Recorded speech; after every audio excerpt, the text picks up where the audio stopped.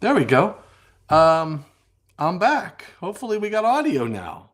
So, to a welcome to a little review. Um, Derek, I just sent a note over to Derek Vixtel, and he's out in the Jeep right now. So anyway, I hope you're enjoying Shock Week, and I hope you're having. Also, we need to talk about the shirts. Yes, and his wife. Absolutely.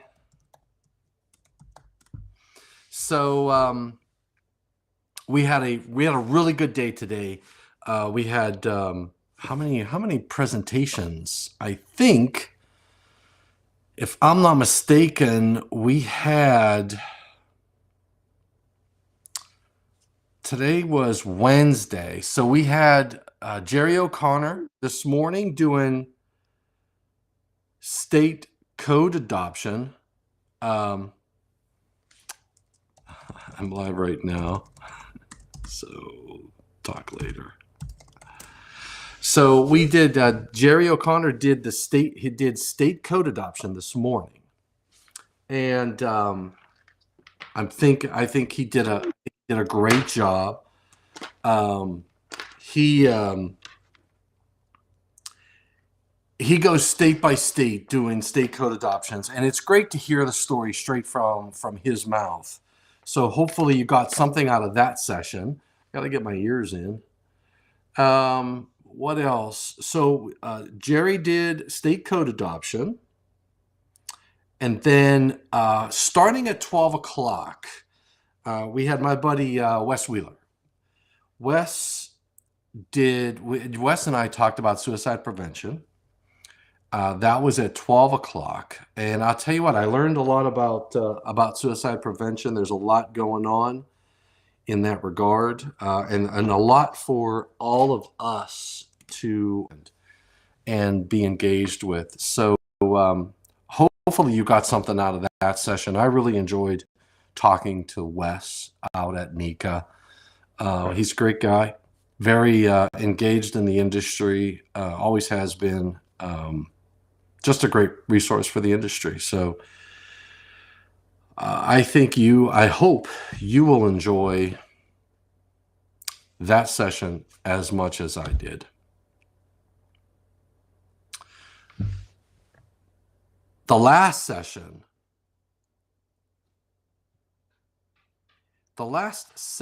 is the changing risk assessment. Now, the ever-changing risk assessment, that was basically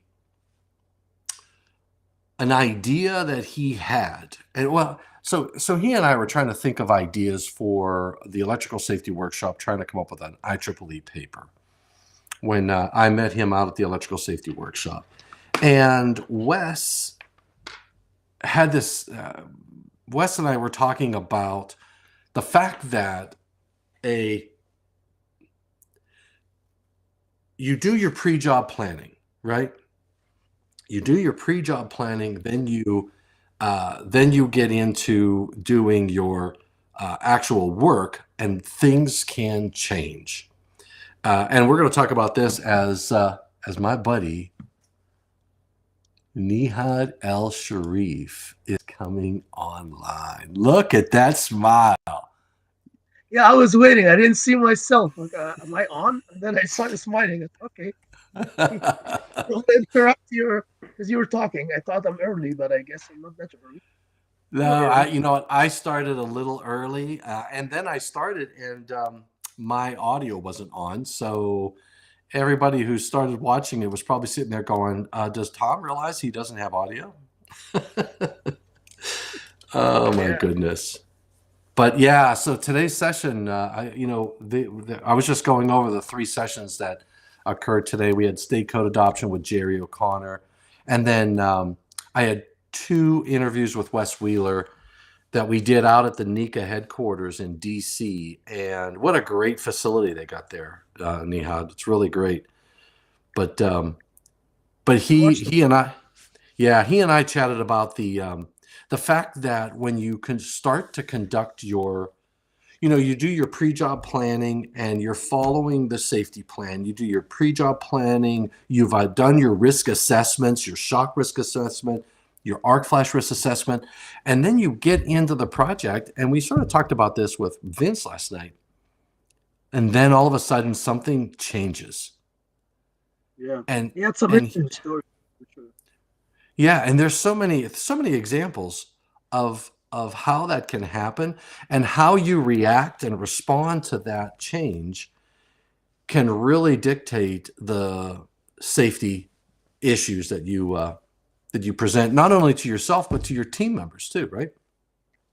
And I remember you mentioned your paper that you wrote with, what it, I remember who the co-author was, ESW paper, that they were in a rush and they wanted to make a little change and things kind of went, okay. Oh Yeah, he was, yeah. was it Kevin? No, no, I did it with Ken.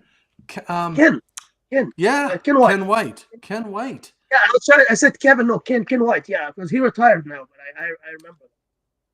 Yeah, and you know what? I bet you I have. I don't have a copy of the paper. I have the. So what I did was I did a presentation on, and I did a success story. Hmm. And let me see if I can find it, because I'll bring it up as we're talking. Let me just do this.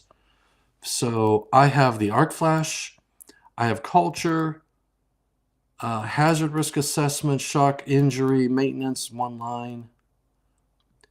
Um, Risk assessment. Let me just do a search. Let me do a control F, and I think I'll do contents contains case example. I wonder if it's in the. Hey, Robert from Omaha. I sent you an email with the link. Oh, wait a second. I can't send him. Oh, yeah, I sent you an email. I think you wanted that way. Where is the case example? There's the three-legged stool discussion. I love this.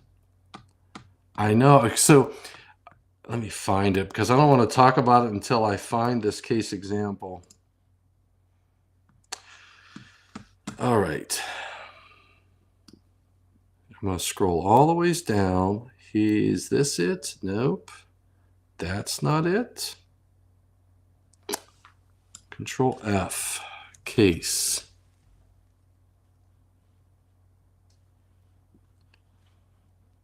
Oh boy, where's it at, Nihad? Why can't I find it when I want it, huh? Isn't this always the case? You look for something and you can't find it, and then when you don't Yeah, need it, it's right there. It's sitting there. that's exactly right. That is Oh, exactly right. Fault current risk assessment, lockout tag out. I have a safety awareness that I did. Control F. Let me do case. Study. Maybe I should look for study. Searching for case is not a good idea. Anyway, yeah. I guess basically, I file things under my, where I presented them. So I would be looking under ESW, but I guess you probably have your different filing system. yeah, but I don't want to show the ESW presentation just because, it's ESW. So, Well, but I don't think it's. I did a separate presentation, you know. Like I said, the presentation is not copyrighted. I understand, the paper itself is IEEE, but the presentation is yours. You can probably show it, I would think. All right, if I fail this one, I guess that's Robert said he can join us tonight. oh, he Guess he's can't. probably. Oh, yeah, he said he has a meeting tonight. I can Ah, respond. okay. I'm not on YouTube, so I can reply. But All right. enjoy your So, meeting, Robert. See you tomorrow night. love the sessions today. See you tomorrow night. Robert from Omaha. Oh boy. So there's ESW. Leadership standards. Oh man. There's Jensen. Geez, oh man. Case study, maybe I called it.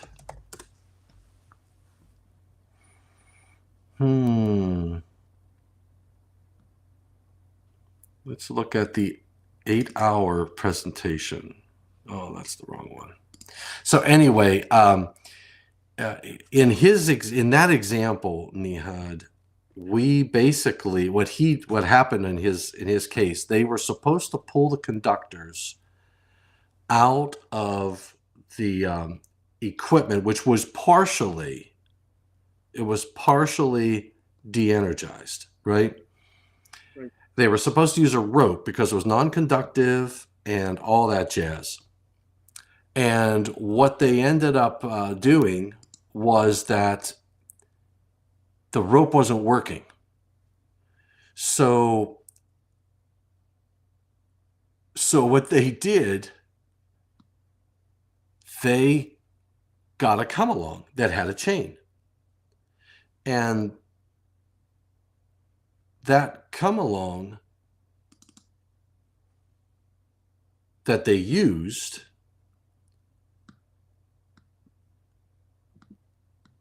caused a fault because nobody was watching the other end of the chain. And I thought I found it, and oh man, that's not it.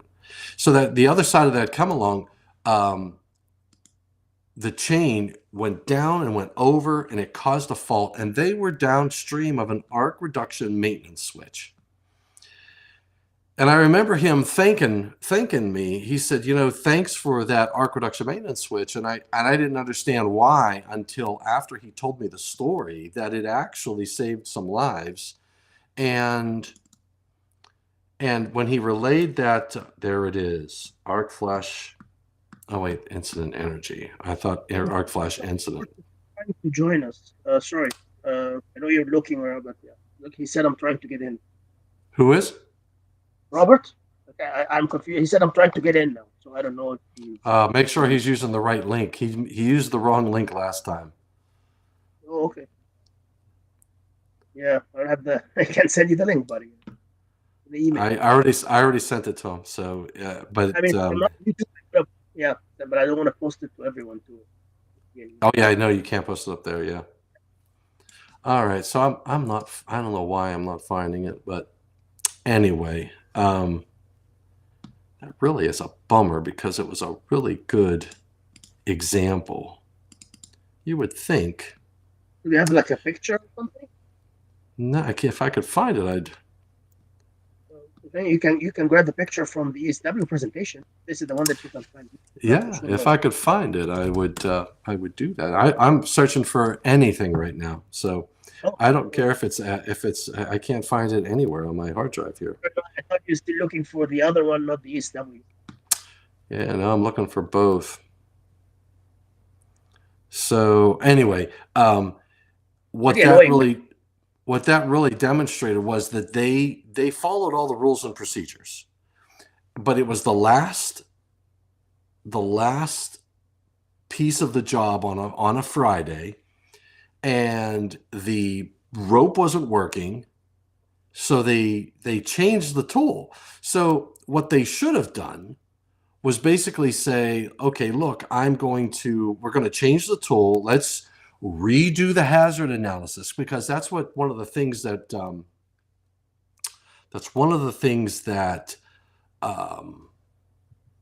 Wes talked about, was redoing the hazard analysis, because when you change the tools or you change something in the configuration, you not only have here he comes. You have to redo the hazard analysis, shock and arc flash. Oh, he's in a car. Let's see how this goes. Robert from Omaha. Oh, he's back out. He's back in. Yeah, I said he has a meeting, so maybe he's driving to his meeting. Yeah. Oh, he's just in and out. So it's not. Every time I try to let him in, it pumps him back out again. He's trying. He looks good because he's in a tie and everything. But so that's what we got to do. We got to get him. We got to get him to. We got to tell him he has a meeting and get him in a tie. He's not coming in. Robert, it's not working, buddy. So anyway, the key and important thing to remember that you have to do. Here we go. I found it. ARMS case study. Well, this is the paper, not the presentation.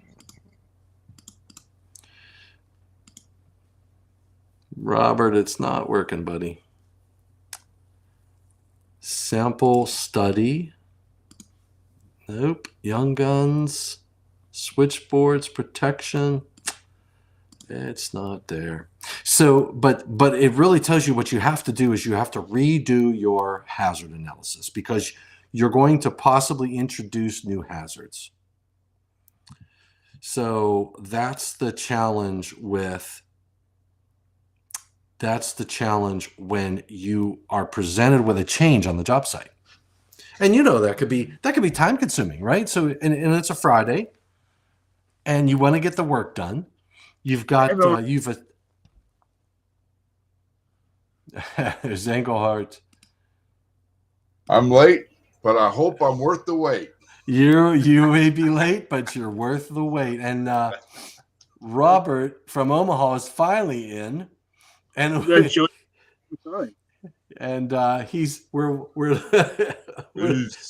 there he is. Peace out, brother. Look at him in a tie and everything. Man, he's decking out. He sure is. See, David, he's trumping us all here because the guy is just sporting a sport coat and man. What's up, Bob? We can't hear you. Yeah, your audio is off. Yeah.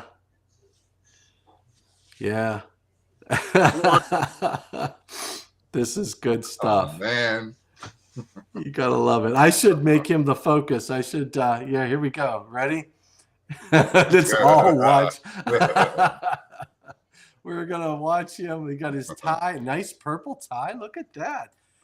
Great sport coat. And he's got his glasses. Can't hear you. We can't hear you. Yeah. I'll tell you what though. I'm gonna give him two things. One, an A for effort. He's dialing in on his phone in the car. I know he's not driving because he's too focused on the phone. He would have wrecked by now. There we go. And he's basically putting us all to shame because none of us are wearing a tie.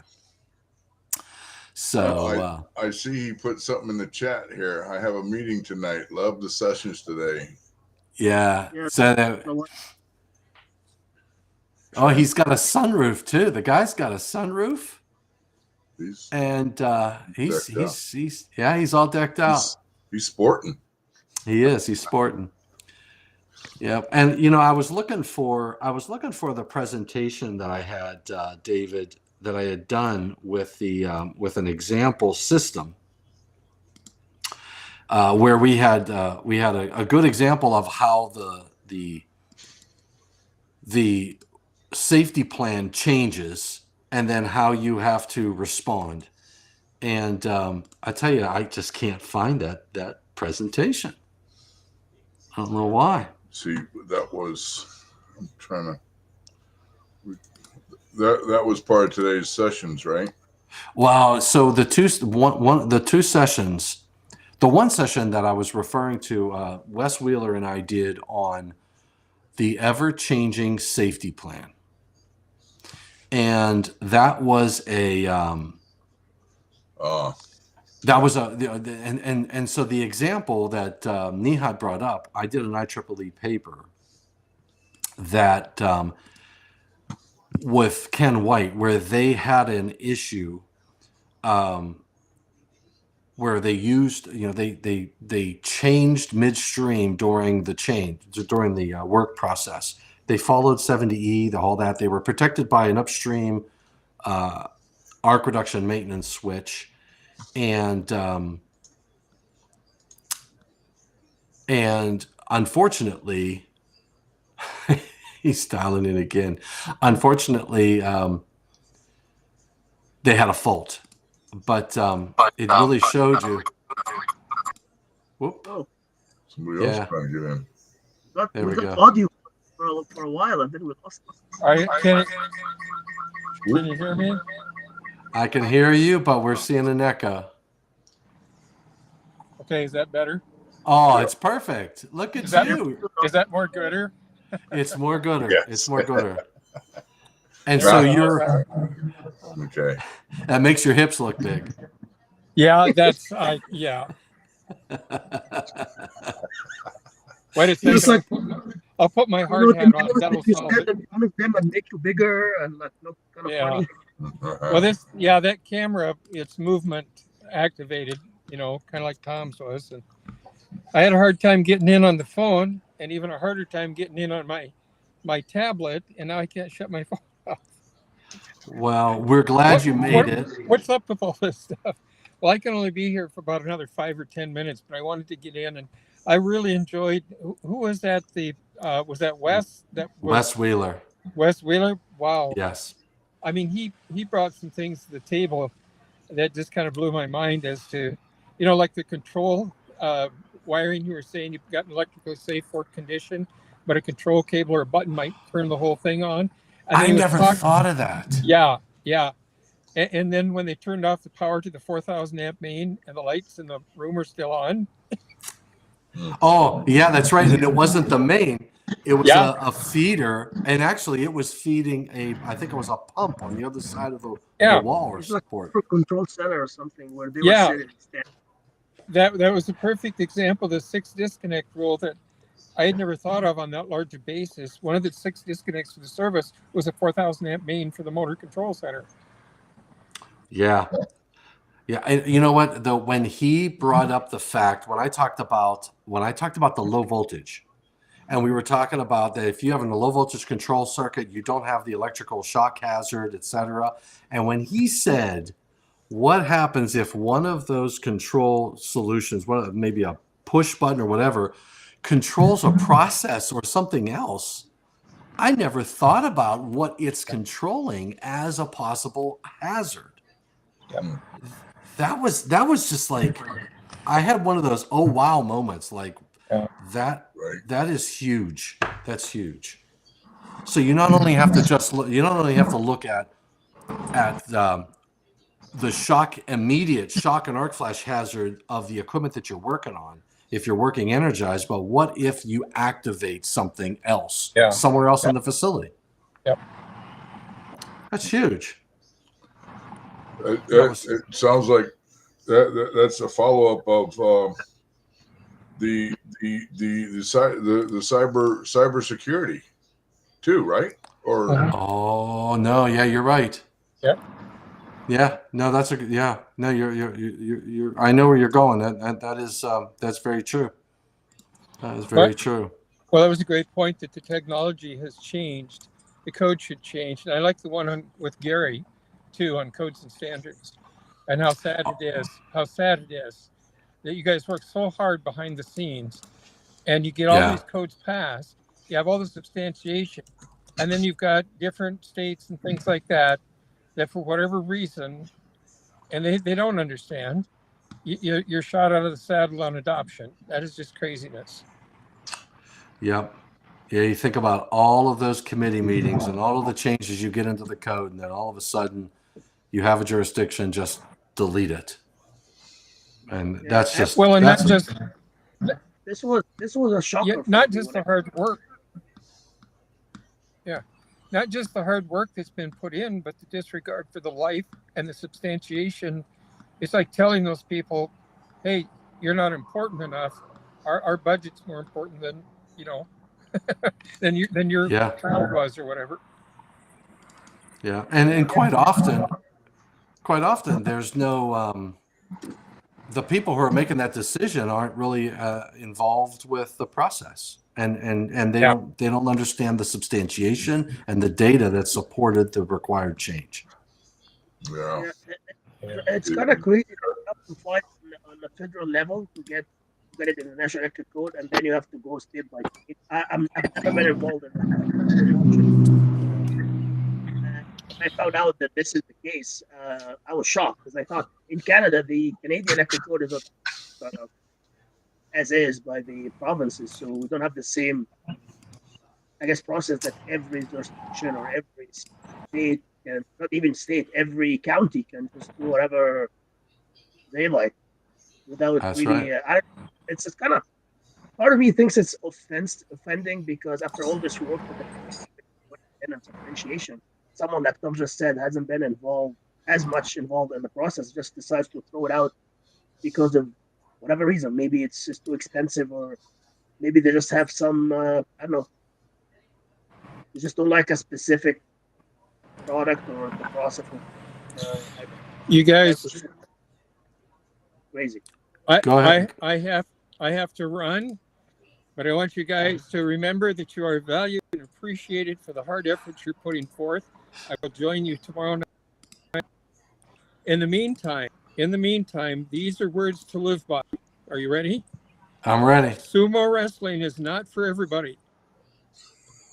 Sumo wrestling's not for everybody. Not for me.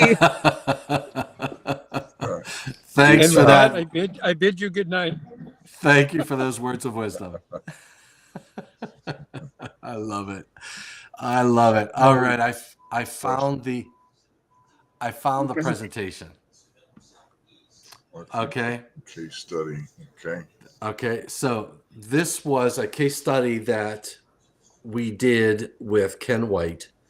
They were doing an extensive rework of 480 volt distribution equipment.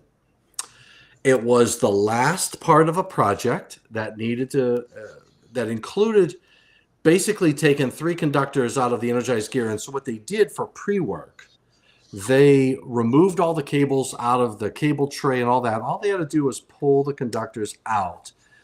They had, you'll notice that column is de-energized, but everything else was energized. Only that one column was not energized at the time. And there it is. And so upstream, you had 1,000 kVA transformer, 21,000 amps of available fault current at the equipment. The energy that was calculated without the arc energy reduction technology in place, which was the arm switch, was almost 18 calories. And that's a significant amount of damage, okay? With the arc energy reduction, now 2.9 calories is still a significant calories. And when I show you the damage, David, here's my thought process. When we calculate incident energy, we're using time current characteristic curves. And those curves, the clearing times, are conservative, meaning conservative in the length of time that we believe that we're going to let through current. And quite often the actual response time is faster. So the calculation was 2.9 calories per centimeter squared, but I'll argue that there was a lot less energy that was expended just because of the damage that was done to the equipment. It was minimal. So what the arc energy reduction maintenance switch provided them the ability to dress with an 8 cal outfit instead of the 40. In this facility, you either dress in 8 or you dress in 40. They teach you how to dress both ways, and that simplifies the process, because now you're only training your employees how to dress in these 2 scenarios and not varying things too much. So they did all their pre-planning. They did the shock and arc flash risk assessments. They knew how to dress. They did a complex lockout tagout program. They had the work permit done. They even did a project plan beforehand. They knew who was going to be working, who wasn't permitted in that. They knew what tools to bring, the whole bit. Okay. They were 70E to the core in their safety plan. This was an example of the arc reduction technology and what it does. Basically, it changes the trip curve for that period of time when justified energized work is being conducted. And because the entire equipment was not de-energized, they treated it as if everything was energized. So they, because the rope wasn't working, they went and they wanted to get it done. They wanted to get a come along. And Robert's, what did Robert saying? Robert says, the chain or switch of tool threw everything into danger. That is exactly right, Robert. So when they brought this on the job site, and if you watch Wes Wheeler's discussion about the changing risk analysis, he pointed out that when you make a change to your program or your work procedures, you need to do another risk assessment. And if they would have done a risk assessment, they would have noticed that, okay, I'm bringing a conductive chain that is long, and as we're pulling this, we need to address that additional hazard of the end of that chain could be migrating over to somewhere energized, and probably would have brought somebody else on the job site or an existing person and said, look, you're in charge of the end of this piece of chain to make sure that you know where it's at all times and it doesn't cause a hazard. And then what's Robert saying? Robert's saying being brave enough to stop a safety director from another company. That's exactly right. So this plays in. So this is the power of Vince's discussion, right? Vince Barlow's discussion about being able to say, stop. I know we all want to get done quick, but we need to do a risk assessment here. So then what they did was, as they were using that come along, the chain went down and over to the left into cubicle number 4 that was energized, and they caused a fault. Now, what Ken said was the guys that were in that room when that fault occurred, they said power went out.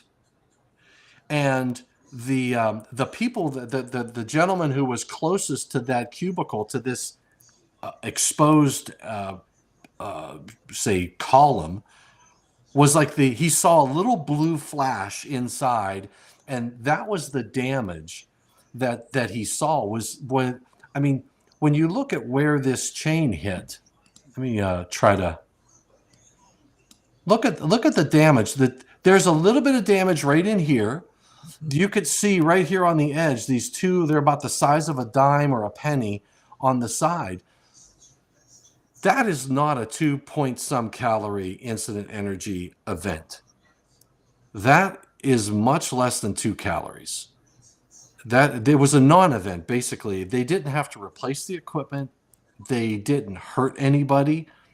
That upstream device tripped so fast that it limited the extensive damage that would have occurred had they not had that protective device upstream. So you know what? Here's the thing. So you know what, Nihad? My thought process is here's my thought process. That when you think about, did we lose somebody? No, we got everybody.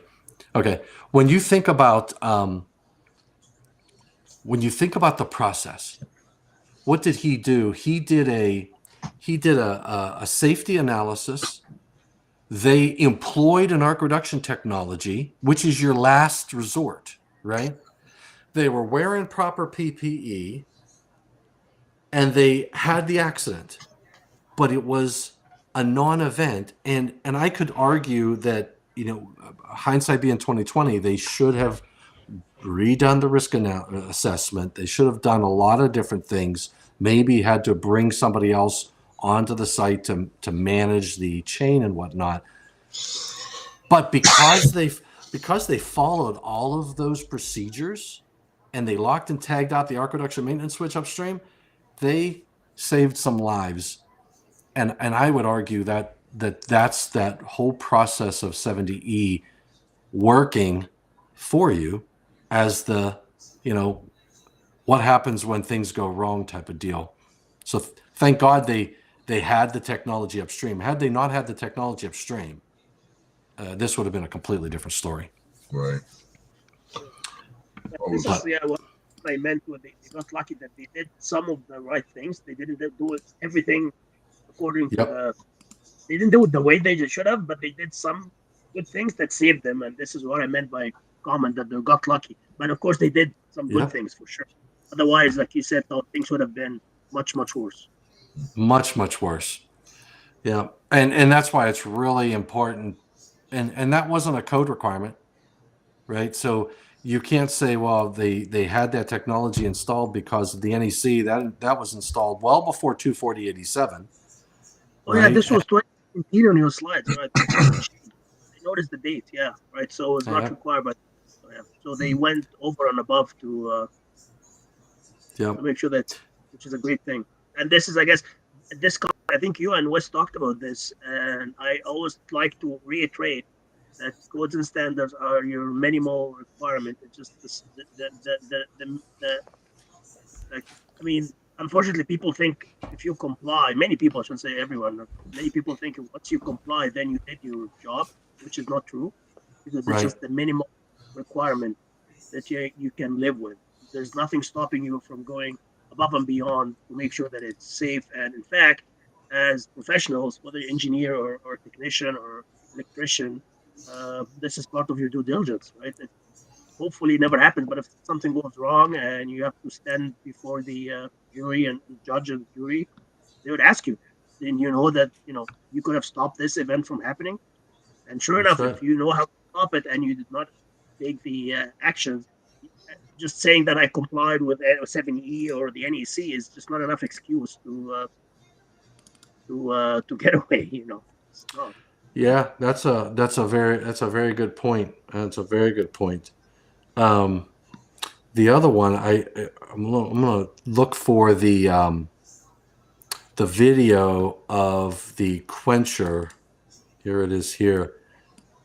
This is another one when you employ. Now this is one of the options in 70 in 240.87 to use an active arc flash mitigation system.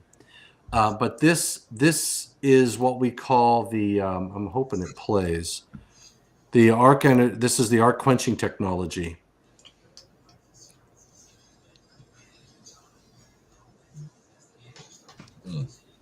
That's without any technology in place, and that is equipment that is installed correctly, right? But when you have an arcing fault, it's basically not the normal use.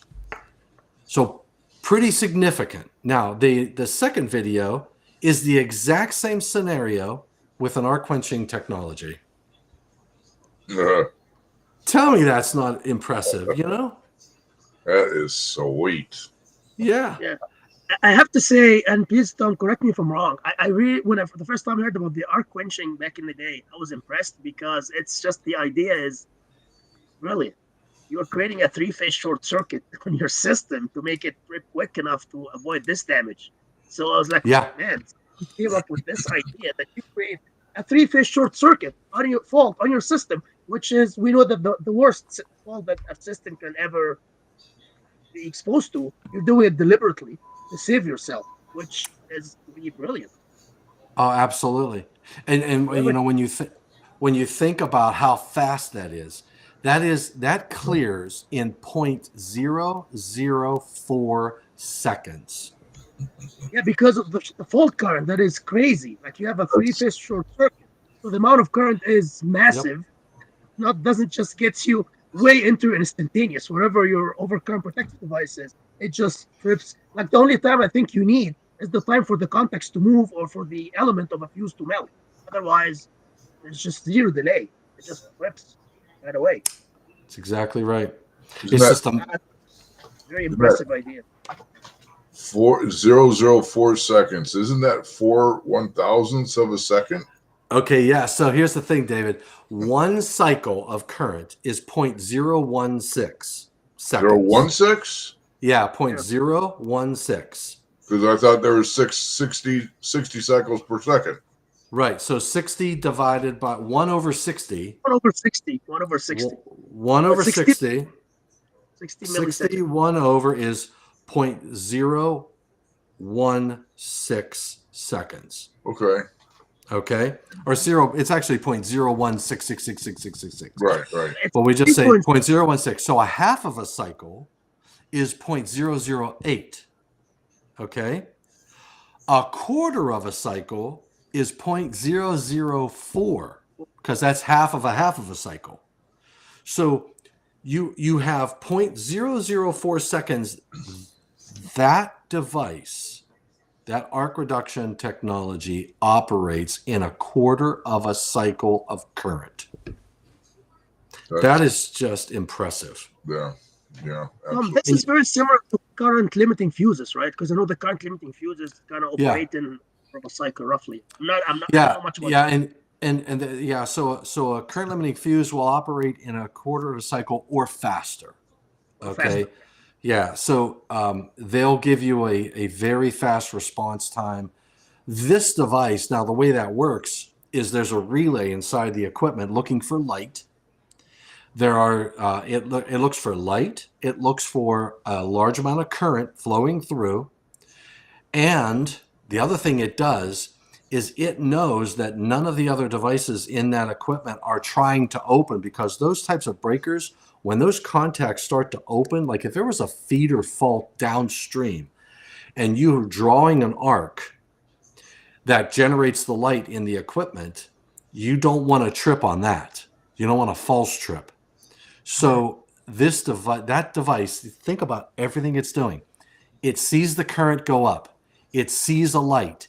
It knows there's no other device trying to clear a fault at that time in the gear. And then it causes a low impedance fault inside the blue box that was in that video. And it tells the upstream device, the main overcurrent device, to open. Right. All within 0.004 seconds. Yeah, it's wow. That's insane. Yeah. If I was the design engineer who they told that you have to make that happen, I would have started drinking heavily and smoking, and I would have probably put my resignation in. I would have said it's impossible. Right.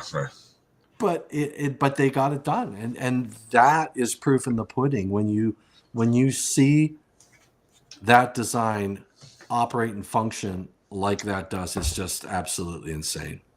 So Absolutely. you mentioned, And I like the approach because the equipment is still useful. It's not like the arc resistance when I guess when just kind of contains the explosion, and then you have to change something. It's I guess a piece of equipment that is protected by arc quencher is still I guess it's protected. Like you don't have to change anything. Just like clear the fault and good to go. Yep. What were we going to say, David? I was just looking at fuses. You mentioned current limiting fuses, electronically actuated fuses. Ooh. Okay, yeah. So now I wasn't thinking about that. I was just thinking about a standard fuse and how fast it operates. But there are electronically actuated fuses as well, which have a pyrotechnic inside. Pyrotechnic. That tells me fireworks. Yeah, amen. So what they do, and you'd have to take one apart, but the thought process is, if you take a pyrotechnic, a little bit of explosive basically, and you put it on the element inside that fuse, and you generate a voltage to ignite that charge, which then causes the element to open. So now you're telling the fuse when to open, as opposed to waiting for current to get high enough. Now, where they'll use that is if you put say you have a one-line diagram and you have an upstream fuse, say on the utility side, the transformer, and then the main equipment. If you put a relay in that equipment, when it detects an arc, you can tell the upstream fuse to open instead of waiting for enough current to get that to happen. So you can trigger the fuse to open. That sounds like selective coordination to me. Yeah, Or let's think about that. Yeah, you know what? That I would say. in a way, or reverse select coordination. Yes, exactly. Because you want, in that case, you want the upstream overcurrent device to Yeah. open. Yeah, but that's just It's just I don't know. communication, right? Just tell the upstream device to open sooner than it should because just don't wait. It's just operate now. Right. That's right. That's right. Yeah. So yeah, I opened up my 23 here too, because you did mention the current limiting fuses. So they got certain fuses then to take care of this arc energy reduction then. Yeah, well, so here's the thing: just the nature of a current limiting fuse. When the current is high enough, it will limit the current, which then limits the incident energy. That fast acting nature. Hey, I got a good video to show. Did you ever see the cable whip video? Yep. Yeah. So Yeah. so I'm gonna play that one, and this is basically one cycle of current, and then I'm going to show you the same exact scenario with a current limiting fuse ahead of it. Yeah, the thing recoils back over toward the equipment. Yep, there it goes. That's huge. Yep. This is a big cable. This is not like a thin cable. This is something heavy That's duty exactly cable. right. So No, now I'm going to do. I think it's a thin cable. It's not. It's a big one. Oh, that's exactly right. Now I'm going to do the same test, but with a current limiting fuse in series with it. And I would say watch right down here on the end of the conductor. It just kind of goes up.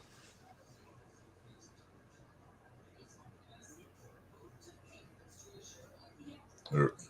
And it barely moves. Right. So what that's doing for us is it's showing you that the magnetic forces are reduced because you're stopping the flow of current within that first half cycle. So the current magnitude, that the rate of rise for that first half cycle is what does all the damage. So what you're doing there is you're, instead of going to the top of the sine wave and coming back down again to get a half of the cycle, you start the journey up and then you stop. So the peak of that curve is not way up here, it's way down here. So you've reduced the mechanical forces and the heat because the duration is less than, it's like 0.004 seconds. Right. And that translates into less stress on the system. And if I was downstream of that fuse, I'd get a similar performance, probably even better than that arc quenching technology because the fuse is acting so fast. Now, now, if you got arc energy reduction in place,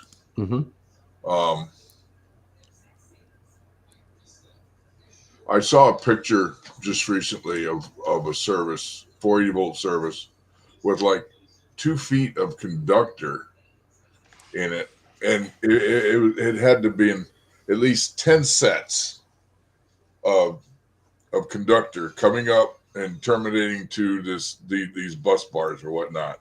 Right. But what I'm getting at is, of course, it would seem like that would be service conductors, but how would so if there was a fault going through that, I mean, what I'm getting at is the lashing of those conductors, so that when there is a fault going through that, if it, that the conductors don't come loose and you start sparking things all over the place, Yeah, that's a good I'm just point. wondering if arc energy reduction takes away that need to lash those conductors in place.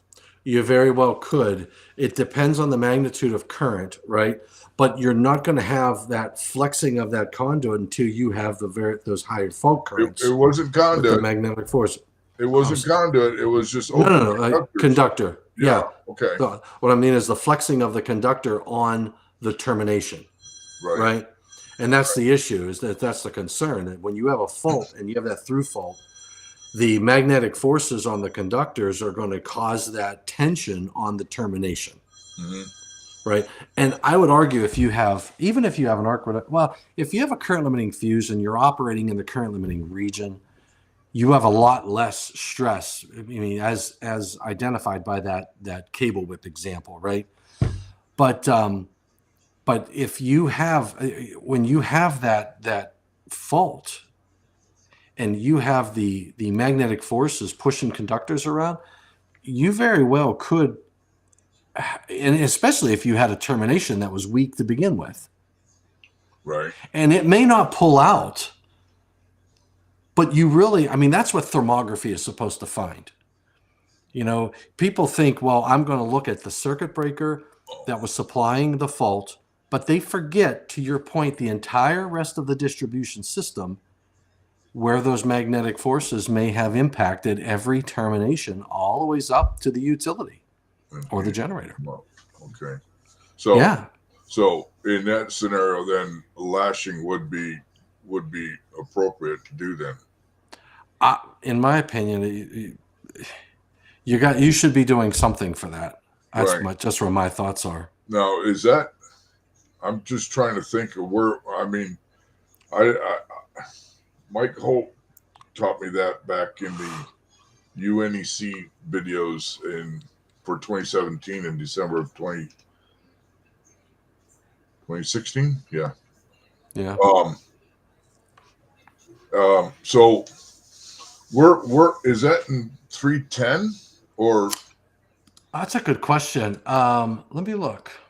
I'm just wondering where that requirement would be. I just wondering. I wonder if it's in. Let me just. What do you think? It's the key word would be lashing. Oh.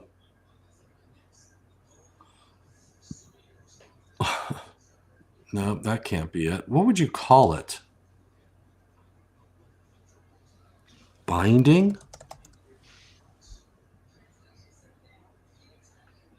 It's not binding.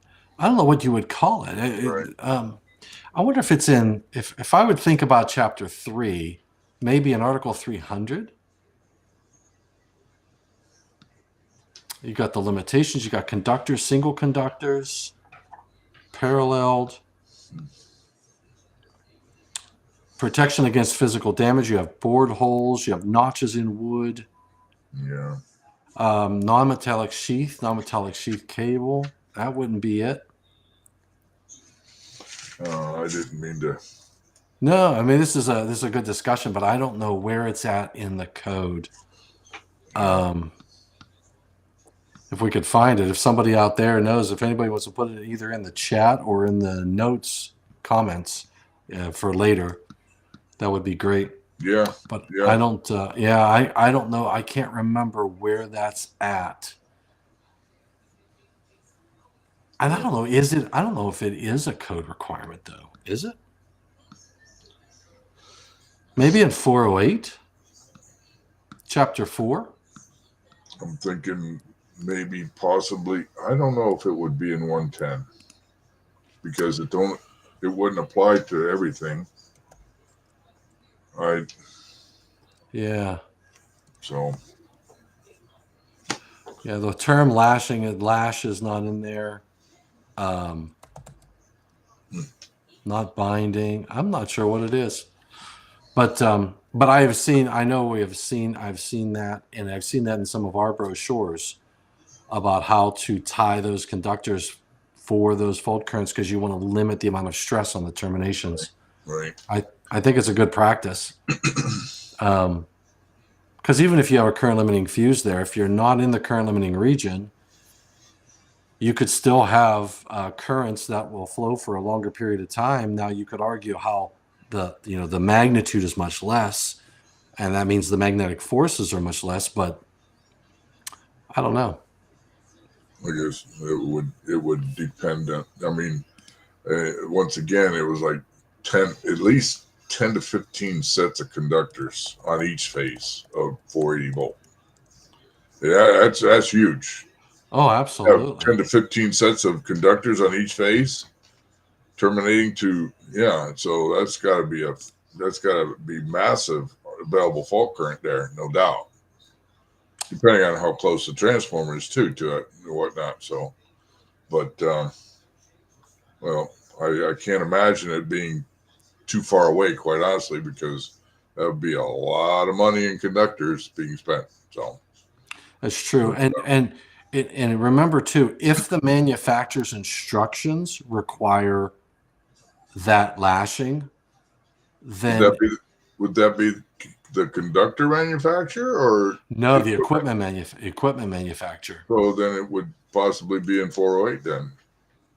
Yeah, or if it's not in 408 and the manufacturer requires it in the structure in the instructions, then that's a 110.3b discussion, right? Well, yeah.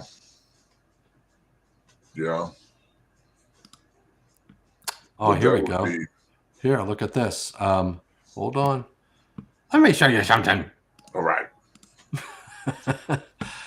So this is an application, but cable lashing in low voltage switchgear. And you can see how they're tying and lashing those conductors as they're going into that termination. And you got the high magnitude current goes through all three sets of phase cables, generates magnetic forces, everything that we just said. And then, there's your rope. And then they show you how to do that for the traditional cable lashing.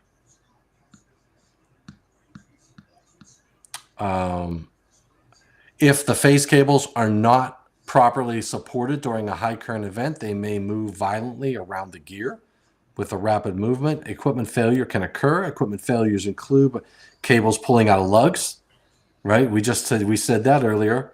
Bending of cable lug adapters, that's another one. When if your fault currents are moving the conductors at an angle away, you could bend those terminations or break the bus support, even if it doesn't remove it from the lugs. And you could damage your cable insulation because of the way they whip around inside the equipment. All right, so I don't have any code references in here, so No. I think that it's probably a manufacturer-specific thing. It says the lashing of cables is required for the following conditions: 800 amp frame breakers, regardless of the system interrupting currents. All breaker frames and systems with short circuit ratings above 65K. When lugs described in A and B are not used. So they want compression crimp lugs and then mechanical screw lugs. So if you don't use, and that has to do with the type, ensuring that they don't pull out. Right. Right.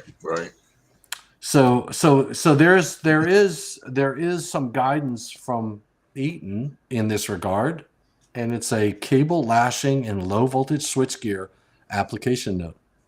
So, yeah, I'll have to maybe I'll put that in the Control C. I'm going to put it in the chat. Now, remember you said you couldn't find the chat. Yeah. Don't put it in the chat. Put it in the comments below.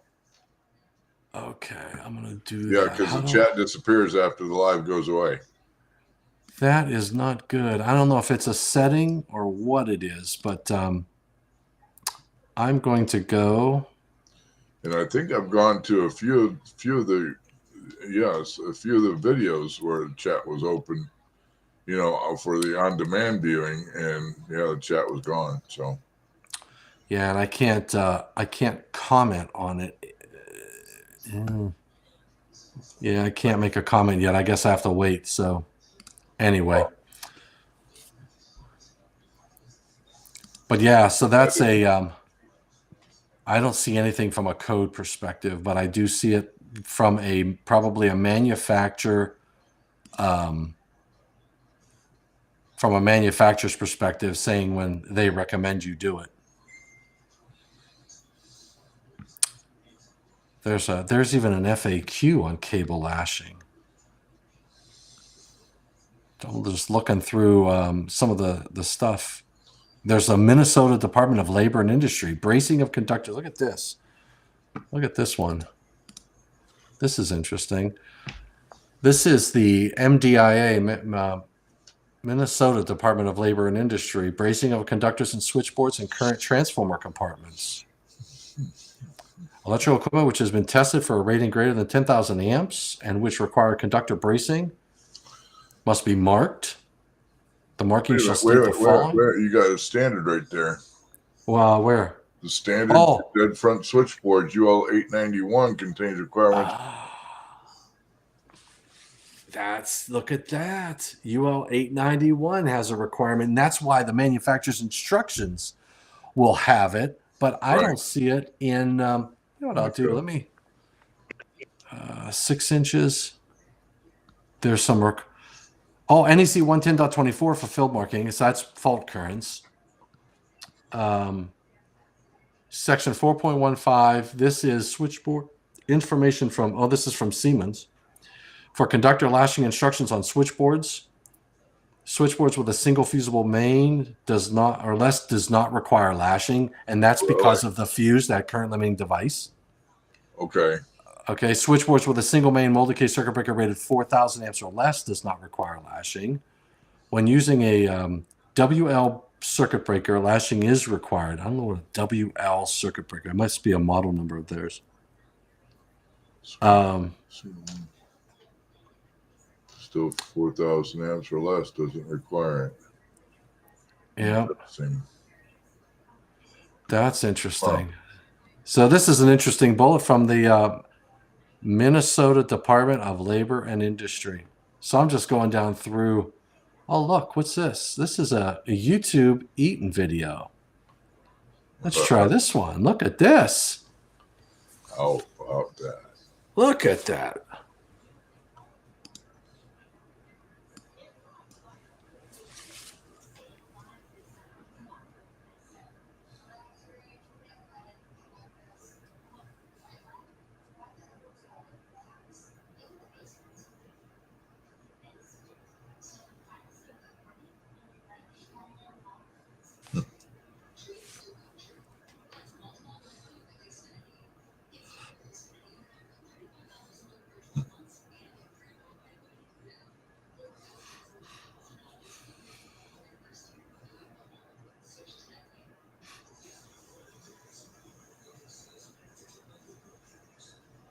Look at that.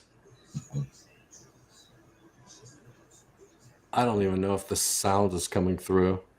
I'm not hearing it. You're muting. The sound is muted on your end, though. It's muted? The video is.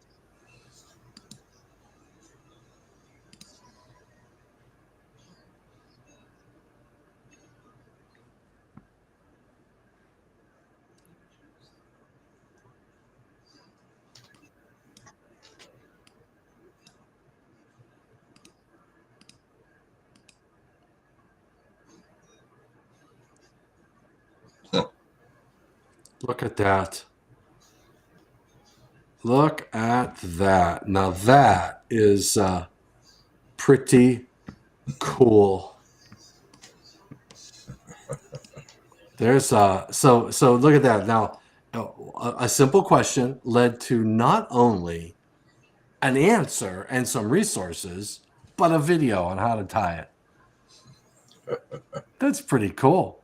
There's some good information on that, but that's again, and if I'm lashing things and we are limiting the amount of current, if we're limiting the amount of current to a point where I don't have to lash, then I'm probably going to reduce incident energy as well. You know, but we have to specifically design the system for that, and that goes well above basic codes and standards minimum requirements. You know, I really think that we have to have the design in place and have the thought process in place, Nihad, to say, hey, how do I design this for safety? Because it's not in the code. You know, achieved with a safety by design, I guess, approach or initiative. I don't know what you want to call it. Yeah. Well, you know, Look you at and I are going to do a presentation. Well, we did a presentation. We did a tutorial, right? To where we showed that you may have a code, you may have to meet a code requirement, you may have to meet a design requirement, and you'll solve one problem and create another, right? So, like for selective coordination purposes, if I put intentional delays up through my system, I'm going to have higher incident energy. So I have increased the reliability by ensuring that only the device closest to the fault is clearing the fault, but I had to add intentional delays to get that done, which then increases incident energy. But I can solve that problem with these arc reduction technologies. But those outside of 24087 for 1200 amps and above, you know, I could have a 600 amp circuit and have high incident energy because my fault currents are low enough. Right? So if I do my analysis, understand the fact that I have put in intentional delays and my incident energy is high, and then in my specifications say I want to employ XYZ technology, and then at that point you can pick the most cost-effective solution, right? I mean, you have the opportunity to pick a design that gives you the most cost-effective choice. But if you get it all installed and then you do your study after the fact and go, now I need to change my system, it may be too late. Your solution might be much more expensive at that point. Right. You know, so you really should think about it well in advance when you're laying out your system. But unfortunately, what do? When you ask a design engineer, they pick this book up first and they design based upon the NEC. And David, what section in there tells you that the code is not a design guide? 90.1. Yes, it is. It says, and on specify the use and expression. This article covers the use of application, arrangement, enforcement of the code. It also covers expression of mandatory, permissive, and non-mandatory text, blah, blah, blah, blah, blah. It is the purpose of the code is the practical safeguarding of persons and property. This code is not intended as a design specification for or an instruction manual for untrained persons. And then in Article 220, I love this when I read it. So whenever I talk to design engineers, I tell them, okay, do you feel comfortable? Number one, now it was 90.2a talks about the fact that it's not a design guide, right? And then Article 220,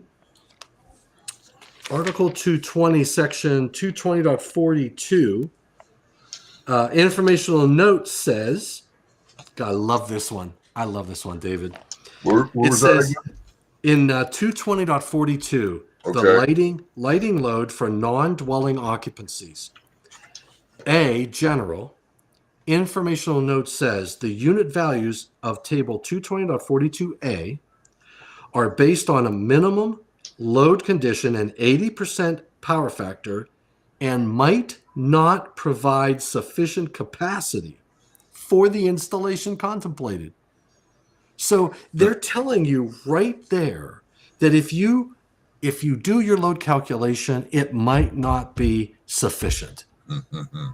Or, you know, I mean, I just look at that and I go, and I ask those design engineers, I'll say, if you're following this 220 and you do the bare minimum, your customer expectations might be up here, but the power distribution system performance is going to be down here because you don't have the capacity that your customer expects or wants, even future capacity. Okay, so that's for dwellings, correct? No, that's other than dwelling units. Oh, That was 210. That's 220. It's 220.42, which is lighting loads for non-dwelling occupancies. oh, okay. Because I was going to say, you know, for a dwelling, you're permitted to use 3 watts per square foot, but didn't something go in there about, you know, because the energy code is requiring you to use less less energy consumptive lighting and stuff like that. So Yeah. So that was a change last cycle. In the 2020 code, we changed table, back then it was 220.12. okay. Table 220.12. We changed the VA per square foot. And we used the ASHRAE standards from a specific year. I can't remember what year it was. But because I remember having the debate that if we used the latest, not all states are adopting the latest edition of ASHRAE 90.1. Many states adopt an earlier edition, just like the National Electrical Code. Right. So we went back in time and we did two things that cycle. We changed the types of occupancies to align with the energy codes, because the occupancy types in the National Electrical Code didn't match the occupancy types in the energy codes in ASHRAE 90.1. So we changed the occupancy types to match, so they both correlate. And then we changed the VA per square foot. And I remember having the discussion about the power factor, because lighting loads are not unity. They're not a unity power factor. An incandescent light bulb was unity because it was a resistive load. But now you've got drivers that are that have the circuitry, and they're inductive, and they have a lagging power factor. Some of them are 0.95s, 0.9.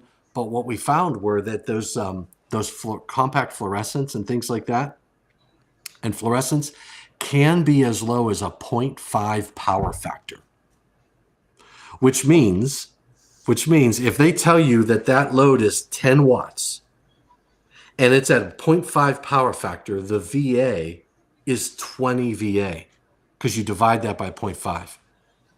Huh. Yeah.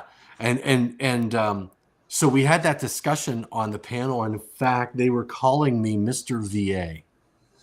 Because I said, wait a second, you can't call that a unity power factor. And they were like, well, no, this is all just lighting. And I'm like, well, even LED lighting has a power factor. So we got a lighting manufacturer, can't remember who it was, two manufacturers, to come on to our task group.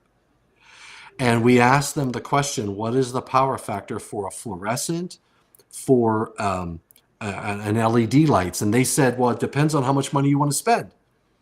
You know, if you buy the most inexpensive solution, you're going to have a 0.5 power factor. The most expensive is probably going to be about 0.98, close to unity. But you don't get that without cost. So we ended up, and you know how it goes when you want to reach consensus. We ended up at 0.8. Okay, we had a couple people on the phone saying we should use 0.5. We had a few people on the phone saying we should use 0.99, and then we ended up at 0.8 power factor, and that's why the informational note in the table says that. And Doug, I believe it was the ASHRAE 2000, if I remember correctly. That was my first. I think it was 2000. Yeah. We did this 20. That was my first code cycle. And I remember it was like, I don't use 220, Article 220. I'm not an expert. So I learned a lot of things. I forgot most of it, but it was interesting. Right. Yeah. And power factor of say a fluorescent, right? And what was funny was how do you spell fluorescent? O-U-O-R. F-L-O-U-R. Oh, man. Oh, look at this. All right, so here we go. Drum roll, please. The power factor for fluorescent lighting is between 0.5 and 0.9,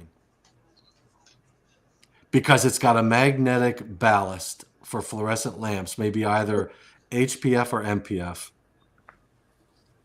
They have the Power Quality Lighting Research Center. Look at that. So another really good document that's available. I'll try to put this in the link too, if I can remember all of these different pages I'm finding. I'm looking for the lighting, but that's a That is, and then you have the introduction of harmonics too. Yeah, harmonics. That's Yeah. Now harmonics. Let's see. I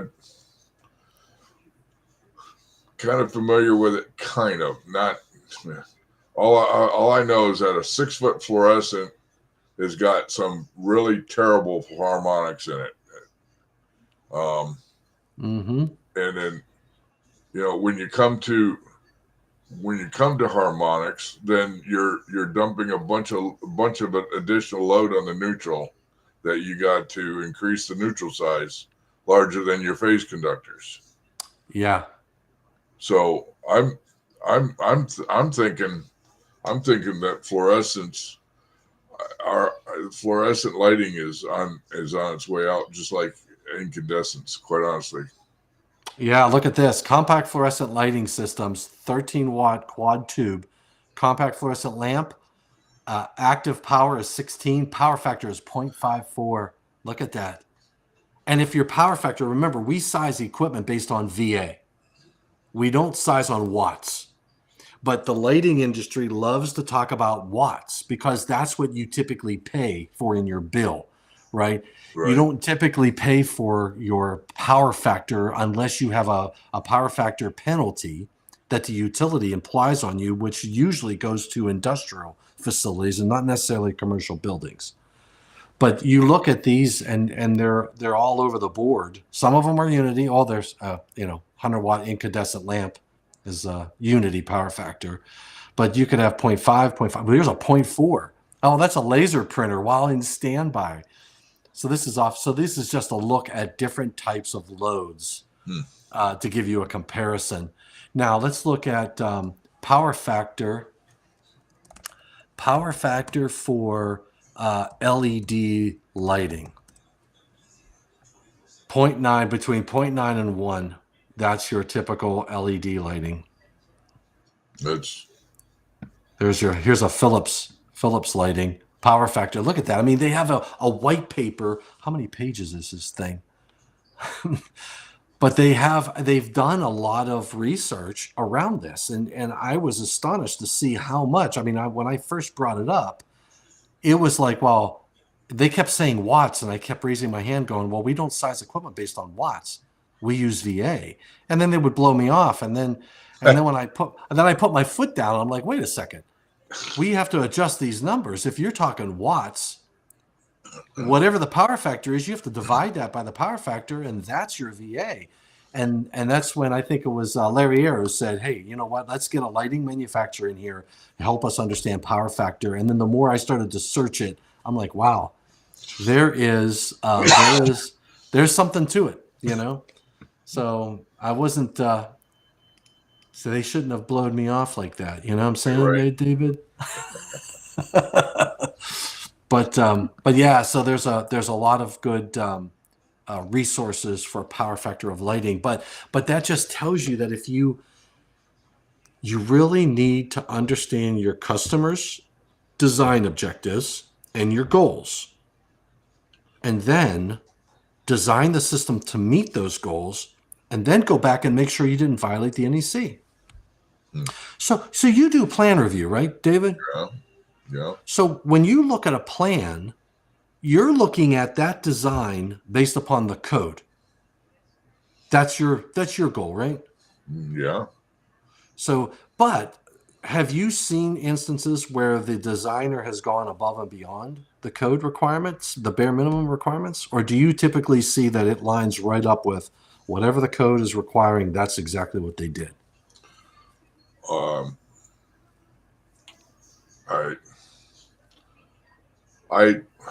There was one engineer that would not take any let me see, dwelling allowances for services or whatnot. They just straight out of 31016 on that.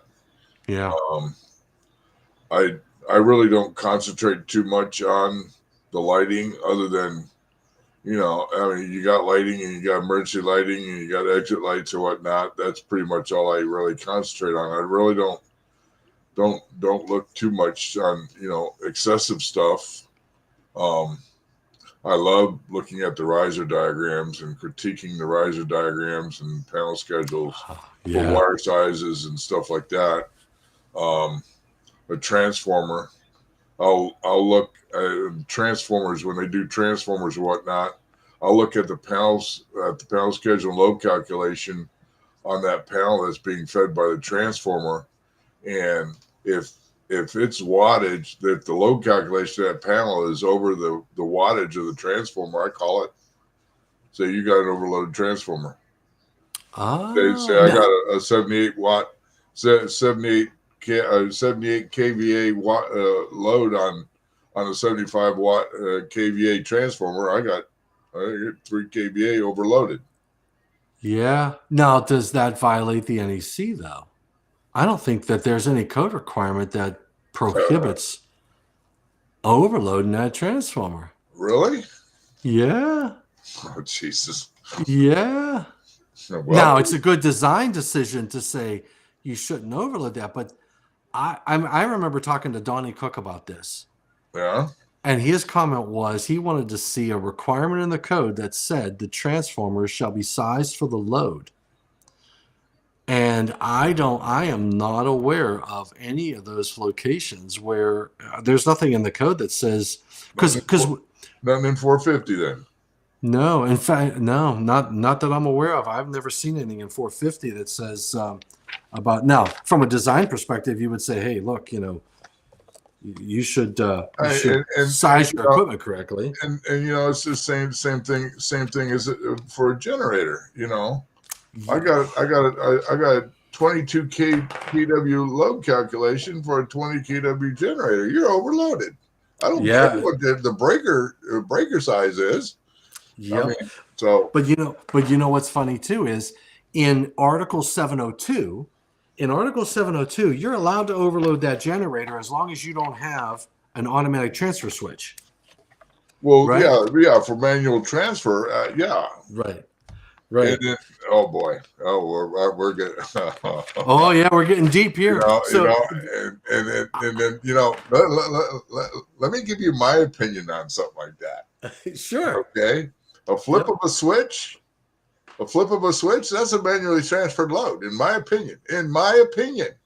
That's true.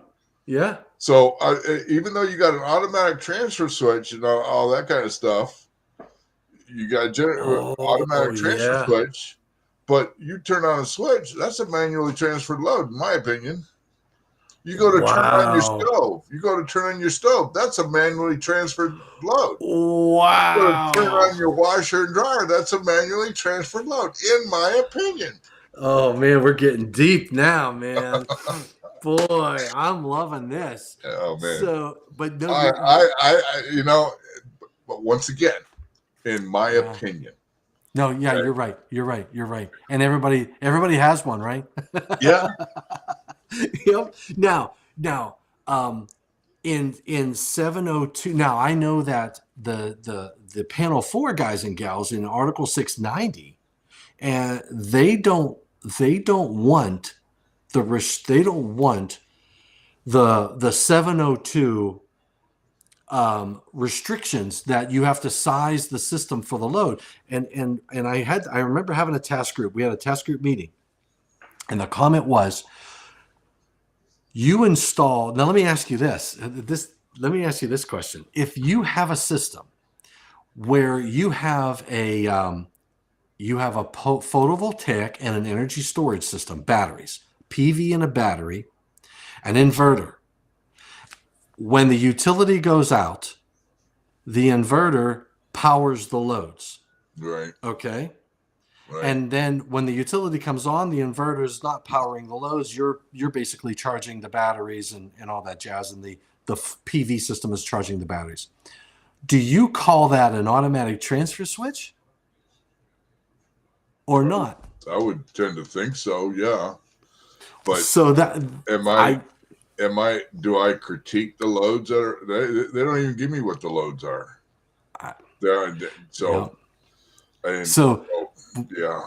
When you talk to the 690 guys, the panel 4 guys and gals, they'll tell you that's not an automatic transfer switch. But I'm like you. When you explain it that way, when you say when the utility goes out, the battery and the PV system is supplying power, that's an automatic transfer switch. But then they'll say, well, no, that's an interactive inverter or a now it's a standalone system, and the standalone system requirements in Article 705. Yeah. Well, then I would say a generator is a standalone system too, because the utility goes out and I switch over to the generator, and now that's a part of a standalone system. Do I follow 702 or do I follow 705? You know, I mean, to me, it's confusing. To me, it's very confusing, and I think that the 2026 is going to do away with 705, in my opinion. Really? I think so. If I look at the changes, let me look at. Wow, that's. Let me look. I'm gonna. And I got some of those references memorized. Not 705. 705 is interconnected systems. Right. Okay. I think it's 710. I think it's 710 is standalone. Yeah, 710 is standalone. Yeah. Yeah. So if that's what I misspoke, and I know everybody out there, whoever's watching this video after the fact is going to go, Tom is definitely lacking sleep. So if I go to 710 in the 2026 first draft, oh yeah. So this is what it's comprised of. 710.1 has the scope, and it says this article covers standalone systems, period. 710.2 talks about the listing requirements, and it says that all the power production equipment shall be approved as listed or evaluated in the field. Okay. 710.10 is identification of power sources. You have to have a permanent plaque that says there's a power source feeding a permanent this separate standalone system. And then 710.15 is the power production source circuits, talking about the conductors, and that they have to have a disconnecting means, and they need to be sized for the output ratings of the standalone system, and that's it. So you only have one.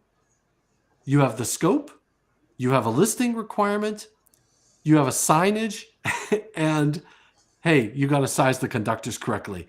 I'm telling you, second draft is probably going to get rid of 710, because there is nothing in 710 that I would argue you would substantiate having it in Article 710. So standalone systems, I mean, if you have a standalone system, honestly, in my opinion, if I have a transfer switch and I go to a generator, the generator supplying the loads, that's a standalone system. What's different from whether or not I have a PV and an energy storage system and I'm powering from that to itself, to a set of loads. I don't know. I have heartburn between 710 and 702. But that's my opinion. Right. I remember when standalone was in 690, and they took it away and made 710 out of it. Now they're, I got the 23 open here, and it ain't even a page long. Exactly, and they're cutting half of that away. So they're taking out a bunch of stuff. And when I was talking to a few people on panel 4, they said one of the main reasons they put that in was because of the change in 702 with the automatic transfer switch, making sure that the generator was sized for the load. And the comment was made that there are inspectors. There's those plan review people that live down in Florida that'll call that a transfer switch because you're transferring over to these PV system, and they say, well, the PV system has to be sized for the load, or you have to curtail the loads, and they did not want to do load shedding at all. So that's that, because again, with those systems, it's all about the cost, return on investment, all that jazz. If you have to start adding load shedding and all that adds cost to the system, and now it's not economically justifiable with a return on investment that is realistic. Even without it, I think it's a challenge. Interesting. Yeah, I tell you, there's but the whole point of all of this discussion is that this is not a design guide, you know? And point made. Now I quoted 90.1. Okay. It's 90.2. Now it's in 90.2 and then 2023. Right. So it was 90.1B, and I looked it up in the 2020. So yeah, and they I was moved it. kind of correct. You were, and they moved it because of the style manual. That's why I didn't bother off of it, because they added the 90.1 scope because of the style manual, and they shifted everything. Yeah. Right, and that was during the 2023 code cycle. But Right. I knew exactly where your head was at. So Yeah, but I tell you. And let me tell you something. The redesigning of the NEC to all the other NFPA standards and codes to the style, that's, oh my gosh, that has got to be a tremendous, I don't know, you've heard of that, right? Oh yeah. You've heard of that coming up, right? Yeah. Yes, I have. I'm definitely not looking forward to 90.1.2.3.4.5.7. Yeah, quoting those codes. Yep. I got to relearn those codes sections all over again. Here's the thing. You know what? When I was sitting at when they had the task group and they wanted people's opinion, I said, you know what? I know David Engelhardt, and I know he knows these sections off the top of his head, and we need to penalize him and change all these numbers. Yeah. Wait until the chapters coming. Some chapters, 2029 code, I guess, if the plan goes through, it'll be a very different code.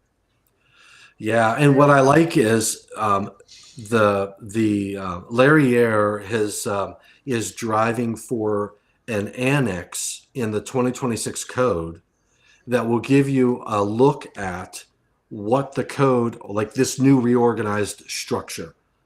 What to expect. Yeah, so they're going to try to.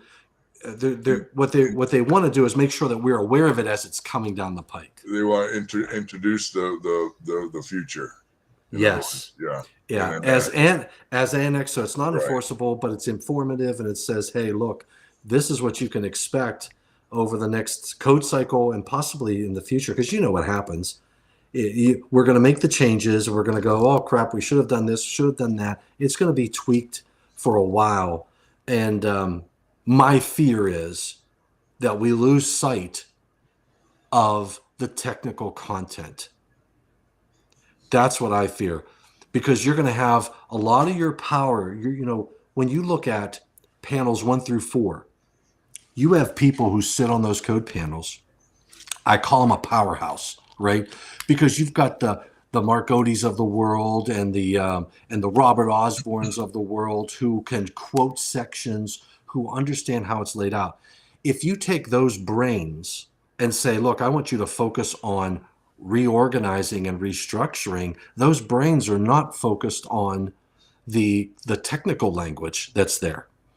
So my biggest fear, I don't mind the changes. My biggest concern is, do we consume some of our technical leaders on these code panels with structural changes instead of technical changes? That's my fear. That's a waste of resources. Yeah, that could very well be. I know we sort of made that mistake, or we took that approach on the medium voltage. We did a great thing by carving out and working on the medium voltage and focusing on it, but they made structural changes during the 2023 code cycle. They didn't make technical changes. So we identified areas that are of conflict, and you could argue, look, those conflicts have been there. That technical issue has been there for a long time, and it just hasn't been fixed. And now we raise the awareness of it. So we did something very good. But the frustrating part I have is, once I'm aware of it, it's like I want to fix it, and I want to fix it now. And then it's like, well, I can't, because it would be introducing new material. So that's the challenge. Yeah. So I can mute you if you want to talk. I'll mute you, Oh. David. You okay? All right. So, yeah, I think Nihad, we're going to have our work cut out for us on panel 2. That's for sure. Yeah, but I don't know. I thought that chapter 2 didn't look like our stuff was going to be affected by any of those restructuring. Right? I don't know, because you know what I think? I look at the AFCI and GFCI requirements, and I wonder, would they be better suited in a chapter or an article all by themselves? You know what? You know, we Because I thought I had the same thought before. Instead of having GFCIs all over the code and AFCIs, why don't we just have them in one place? yeah. Don't worry about 555 or 680. Just have everything all together. But I don't know if this is the direction that the coordinating committee is going. I don't know. But just think, if you went to one article where you said, here's all my GFCI requirements, regardless if it's in a marina, a boatyard, if it's in a RV park, a shock hazard's a shock hazard. If it's in 517, a shock hazard's a shock hazard. So should we put it all in one article? Arc fault circuit interrupters too. Even the replacements, you got 406. Was it 404.6D4? I think it's Article 404 where you have the replacements for receptacles. Yeah, 406.4D. Yeah, 406.4D. And then you have 1, 2, 3, 4, and 5 now, I think. So we put the replacements over there, but I could argue that why wouldn't you just say, look, put that all in one spot in one article and forget about the tug of war between, say, 422 for the appliances, and do you put the GFCI requirements in 422? Do you put the GFCI requirements in 210.8? Just put it all in one spot. You don't have to worry about repetition, because one of the big things we always hear, this should be in Article 400, this Chapter 4, because these are appliances that you don't belong in 210.8, which is branch circuit. And I 100% agree. We always talk about usability and making the code more user-friendly. And this, in my opinion, would be a big improvement, because if you are interested in GFCI protection, here you go. It's all in one place. You don't have to keep jumping one location to another, and then you learn something, and then, oops, I guess Chapter 6 modifies this for swimming pools, so it's not really what you do. I don't know. It's I know this is, I don't know how many years, maybe 50, 60 years worth of work. They've been doing like piecemealing everything. So hindsight, it's funny, like you said, now we're sitting here. It's like, you know what? It would have been much easier to have everything in one place. But the way, I guess, if you look back at the history of how the code came into existence and how it evolved over the years, it was done, step by step. Just like back to your design example, when you design something and you think about it, it's much easier than trying to go back and make improvements and adding new things and new loads and new. So I guess this is how that would develop.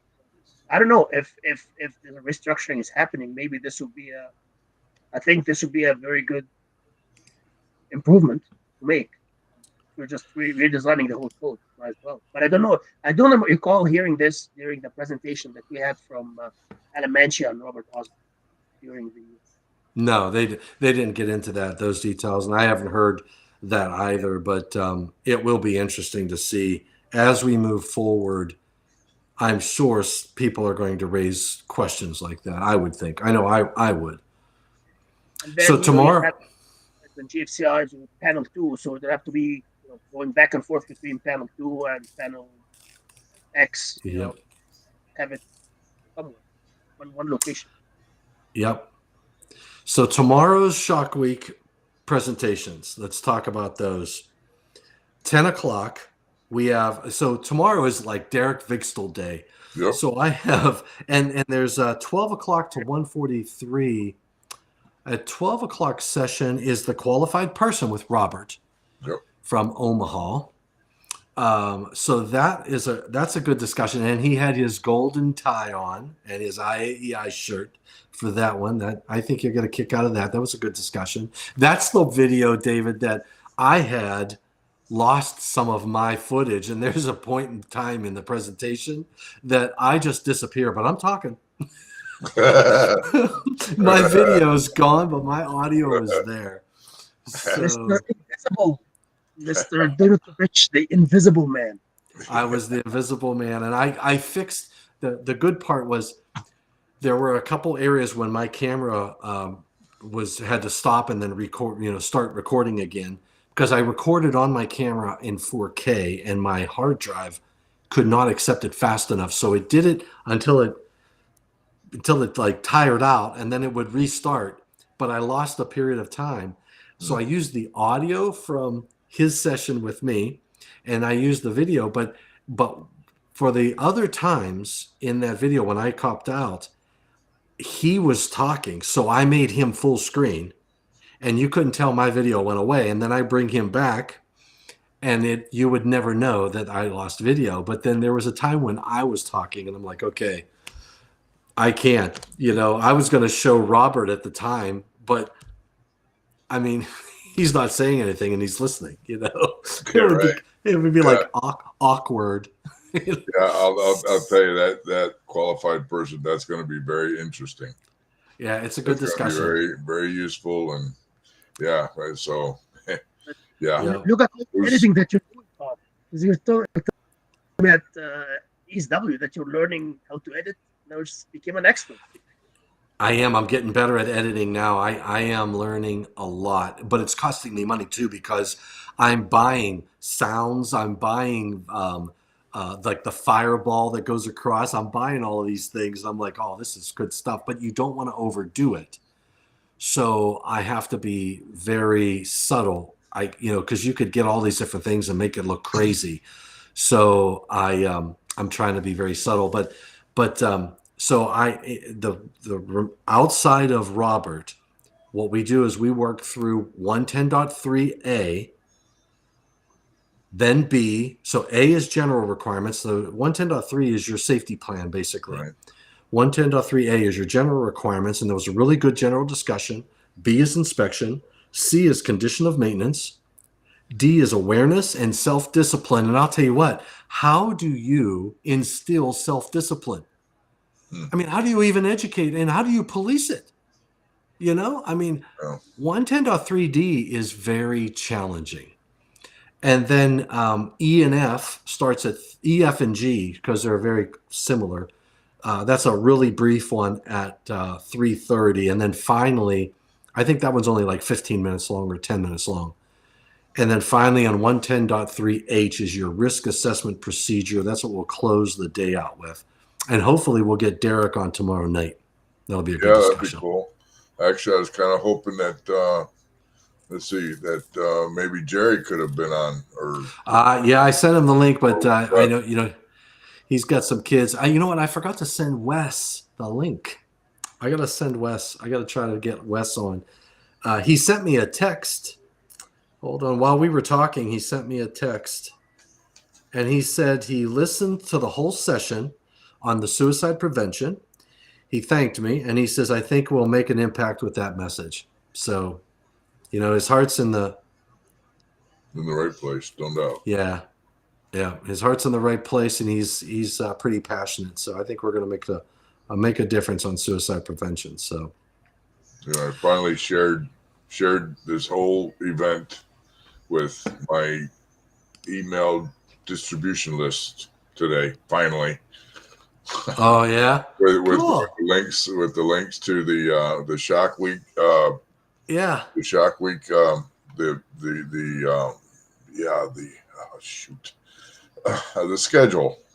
The schedule here. And also and then the link to your YouTube page with the email. And that's cool. That, let's see, I included myself here at home. Let's see, it says Shock Week 24, a lot of valuable information to be absorbed, happening now and available on demand for future viewing so that you can see what you've missed so far. And then I put the link for the Shock Week schedule, and then the link for your YouTube channel. And I sent that up to all my let's see, electrical contractor, electrical distribute. I did the electrical inspectors for us and the local AHJs, electrical contractors and electrical engineers, those distribution lists. Love it. That's So, excellent. hopefully we get some praise and admiration. I love it. I love it. Yeah, it's good stuff. It's good stuff. And David, you and I got to talk about doing a program for IAEI News Live on plan review. Oh man, I am honored. That would be fun. Wouldn't it be fun? I already told Rudy. I told Rudy and Paola. I said, because we were talking about doing some more. We're planning a lot for the YouTube channel for IAEI News Live, and that would be fun. The thing about that is that if we do it live, I'd have to not be at the office. We'll record it. Okay. Yeah, I think we'll record it, and what we'll have to do is lay out. You and I should talk a little bit about how we want to do a structure for the conversation. Right. Right, and we'll talk about maybe we got to think about, is it a tips and tricks for a plan review, the benefits of a plan review, and then maybe some good examples of things that you're catching. And I might get Pete Jackson from California as well, because Pete does plan reviews as well. And so what I could do is record you, right? So I would record you on a screen and myself, like I did with a few others. And then I could do a separate session with Pete. And then, and when I produce it and put it all together, I would make it like, okay, I had the chance to sit down with a few people who do plan reviews. And here's what David Englehart's saying that he's seeing. I would pose the question that both of you guys would answer. So same question, two different people, and get, like, what are your tips and tricks, and look at what his tips and tricks are to provide value to other inspectors, and put that on the YouTube channel so that, to help people during plan reviews, Right. Not everybody does them either. I mean, that's another thing, is not everybody does a plan review. Well, I'm speechless. That would be kind of cool. Wow. And when I was in high school, okay, so halfway through 7th grade, I don't know if I mentioned this already or not, but I was picked on a lot because I walked funny in school. Yeah. And then I had a crew cut haircut. Okay. But all the kids in school had long hair and stuff like that. So I had 2 strikes against me. So halfway through 7th grade, I'm up I'm up in front of the class on a podium reading out a book, and then all of a sudden I couldn't read anymore. I couldn't read anymore. Really? I don't know why, but and then all of a sudden I started stuttering worse than Mel Tillis, and I stuttered through high school, and I've got a feeling that it was because of lack of self-confidence or whatnot, because the kids picked on me. Yeah. In high school, I got after 8th grade, I got transplanted down from Detroit down here to Southwest Florida, and my dad let me grow my hair, but I still walk funny. I had a drop foot on the right. Yeah. And but they called me high stepper. Wow. But I could not get up in front of a classroom to do anything. Not even read out of a book, because so that's insane. But, that's the story. My story. Come a long way, haven't you? Yes, and you wouldn't imagine me doing that now. I mean, I guess I did kind of stutter a couple times, but that's because I was at a loss for words or something like that. People say, We all do that. Yeah, we all do that. So. Yep. But no, that's a good story. I mean, it's a it's a success story, right? So Yes. you had Absolutely. everybody has their cross to bear throughout Yep. their life, Yep. and Yep. we overcome them, or if we don't, and then Yeah. And then, of course, my mobility issue. That's my continuing and my lifelong.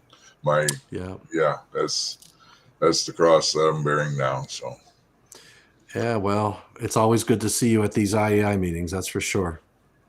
Absolutely, and we're gonna get you a motor on that thing and get a stick shift. Yeah. But that was in a movie. Remember, it was the Silver Bullet. Yeah. That was it was a werewolf movie. Remember the young boy in there had a wheelchair that had a motor on it. Right. That's Well, what we gotta at do. work, I got a scooter that I ride around because the building is so big. Yeah. I go around in a scooter because otherwise on the walker it'd take me forever to get wherever I'm going. Yeah. Wow. Well, the industry is lucky to have you. That's for sure. Yeah. And I couldn't be more blessed with getting into the industry, quite honestly. So Yeah. And you got a great, I mean, the role that you're playing now with plan review Yep. is really great because you don't have to go out in the field and inspect and all that good stuff. And you're still providing a lot of value for detecting and finding issues and Right. all that stuff. So we just got to take what you've learned and transfer that out so that people can understand the value of a plan review, understand how to approach a plan review, and then some of those tips and tricks on things that we look for. Right. Right. It's kind of cool. The gears are spinning now, so thinking about what to say. That's cool beans. That's going to be fun. All right, gentlemen. Right. Yep. I think it's about that time. Almost. It sure is. Well, almost 2 hours this time, huh? I know. We got carried away, which was really good. I enjoyed it. Yeah. Hopefully everybody enjoys the conversation. No doubt. We hope. That's for sure. Tried to make it as entertaining as possible. So, amen. We're doing a good job. So, all right, guys. We will probably see you tomorrow night, and hopefully everybody enjoys ShockWeek and Derek Vixtel. Yeah, right. Yeah. and the one and only Robert Weber tomorrow. Yes, Robert from Omaha. Okay. That's right. All right, guys. Thank you. We'll see y'all tomorrow. All right. See you tomorrow, David. Have a good night. You too. You have a good night too, Nihad. Stay out of trouble, brother. Will do. All right. I'm out of here. How do I do this? I usually show a video. There it is. All right, everybody. Good night. Hope you enjoy ShockWeek tomorrow. And to get you all pumped up, watch this video.